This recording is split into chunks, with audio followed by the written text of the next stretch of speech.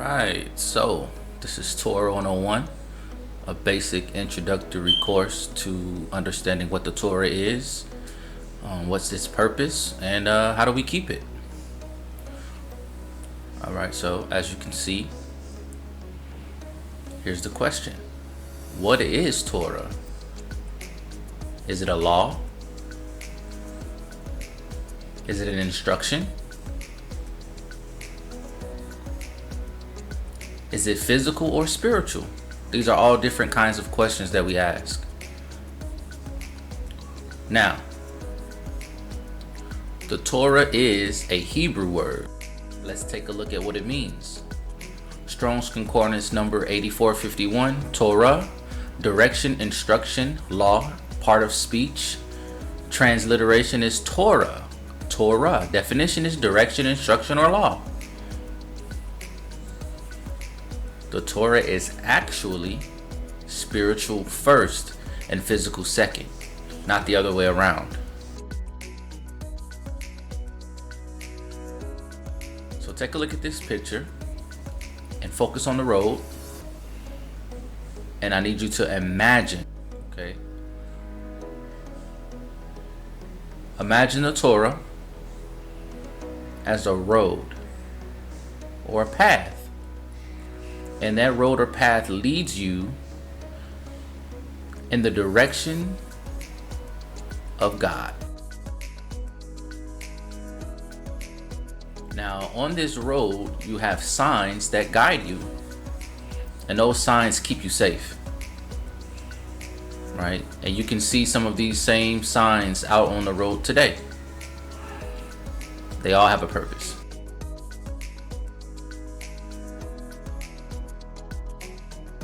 Now, I want you to think that if we didn't have any of those signs on the road, how would we know where to go?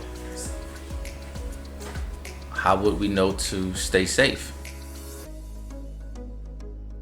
We would all need direction. Without that direction, we'd be lost. Without the Torah, we wouldn't know how to live righteously.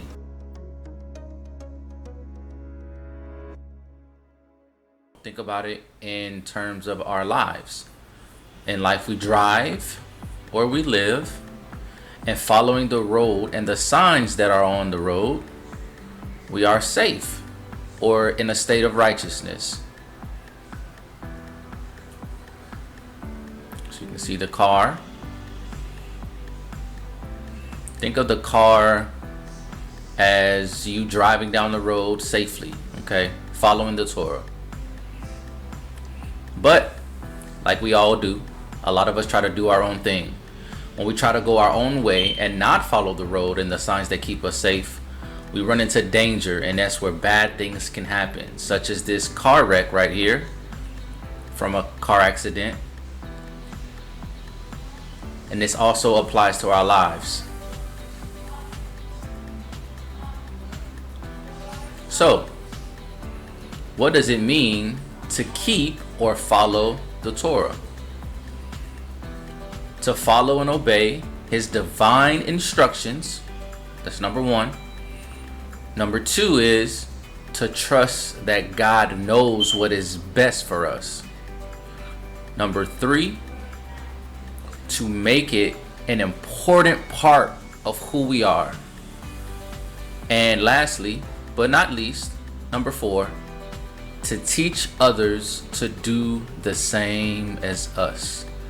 Now, the word keep also means to guard, and to guard means to protect. So we're not just supposed to keep and follow the Torah, we're also supposed to keep and protect it as well, to guard it. Now, he must look familiar. Many call the Torah the law of Moses because God gave Moses the stone tablets which contained the commandments. But the Torah is a way of life that goes back long before Moses. Calling it the law of Moses is okay. Calling it the law of God is better. Let's take a look at the Torah before Moses was even born. Genesis 4:4. Abel brings an offering to God. Genesis 7:2, God tells Noah to take the clean animals by 7 and only take the unclean animals by 2. Genesis 8:20, Noah also built an altar and made animal sacrifice to God. Genesis 14 verses 18 through 20, Abraham paid tithes to the high priest of Melchizedek. Genesis 18:19, Abraham teaches his family the law. This is all commanded in the Torah, and these are all before Moses.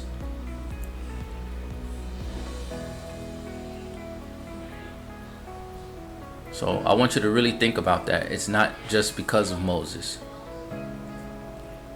So, if the Torah was around before Moses, why do people only associate God's laws, commandments, and instructions to Moses? Or why do people only think of the Torah being connected to Moses? Maybe it's because Moses wrote majority of the first 5 books of the Old Testament. Moses was also the leader of the Israelites during the Exodus out of Egypt and into the land of Canaan. And another thing is, the Messiah himself referenced Moses when he was talking to the scribes and Pharisees in the New Testament. But you may ask the question, why is the Torah necessary? Okay, so look at it this way. Imagine God is our parent and we are his babies.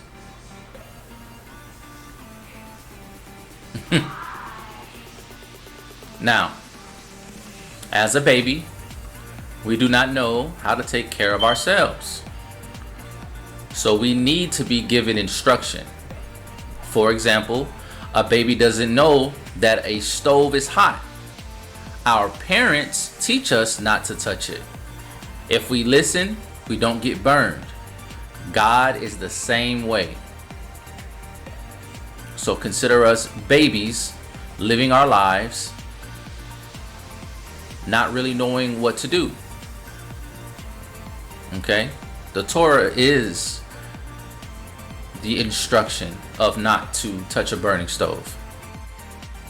But what about what Messiah said about the Torah or the law? Okay, in Matthew 22 verses 35 through 40, he said, one of them, an expert in the law, tested him with this question: Teacher, what is the greatest commandment in the law? The Messiah replied, love the Lord your God with all your heart and with all your soul and with all your mind. This is the first and greatest commandment. And the second is like it. Love your neighbor as yourself.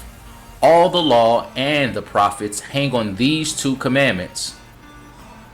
Now, a lot of people think that this means that we only have to follow the love God and love each other, right? That we don't have to follow the rest of the Torah, because the Messiah said that those 2 are the greatest commandments. But no, it is not saying that. It means that every single law, statute, and commandment God gave us shows us and teaches us how to love him and love each other. Think of loving him and loving each other as like a big umbrella protecting us from sin. Every law, statute, and commandment he gave us is under that umbrella, but they are all together. So, as you look at these droplets of water, picture those drops of water as sin. So the rain is sin. And you see the umbrella? The umbrella is the 2 greatest commandments: loving God and loving each other. Okay?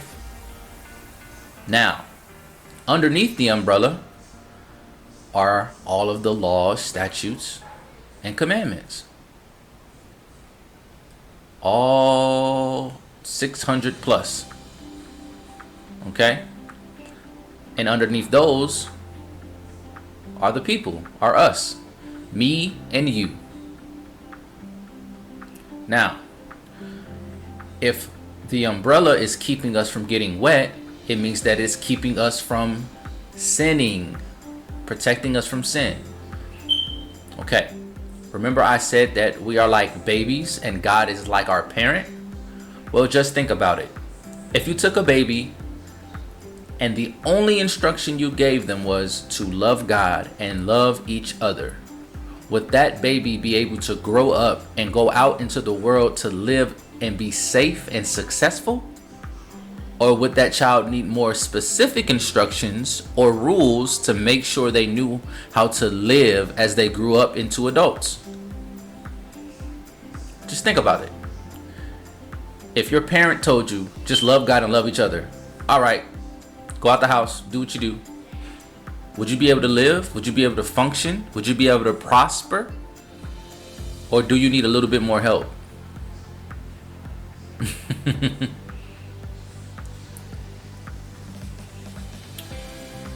Now, let's look at the word. Let's talk about sin. And who better to go to the beginning with Adam and Eve? The reason Adam and Eve is important is because we going back to the beginning and we see what obeying God and not obeying God, what it means and the various consequences. A lot of us know the story of Adam and Eve, but here we'll quickly, briefly cover it, and then we'll kind of discuss in terms of the significance with the Torah. So here we have Eve in the garden, and the snake saying, eat this fruit, and you can be just like God. But we know that God told them not to eat the fruit from the tree. But do we always do as our parent tells us? Do we always do what God tells us to do? Now here we have the garden again. And we have the serpent. And we also have Eve.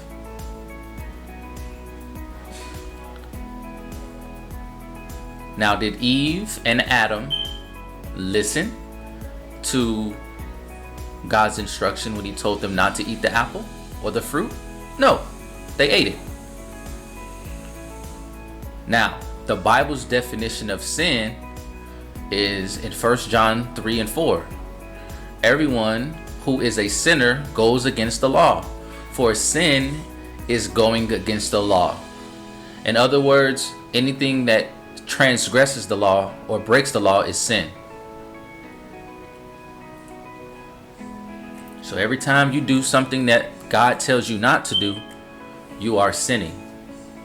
But everything that he's told you to do is outlined or given in his Torah. So Adam and Eve are both looking at the law. So by disobeying God and eating the fruit, Adam and Eve sinned. The first sin.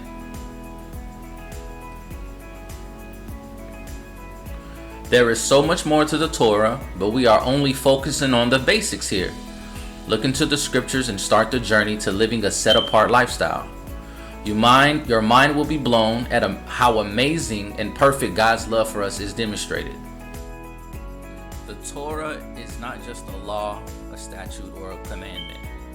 It is a way of life. And the only way to truly get closer to our Father and understand who he is and the purpose of Messiah is by getting into the scriptures, praying, fasting, and learning how to keep his Torah. Shalom.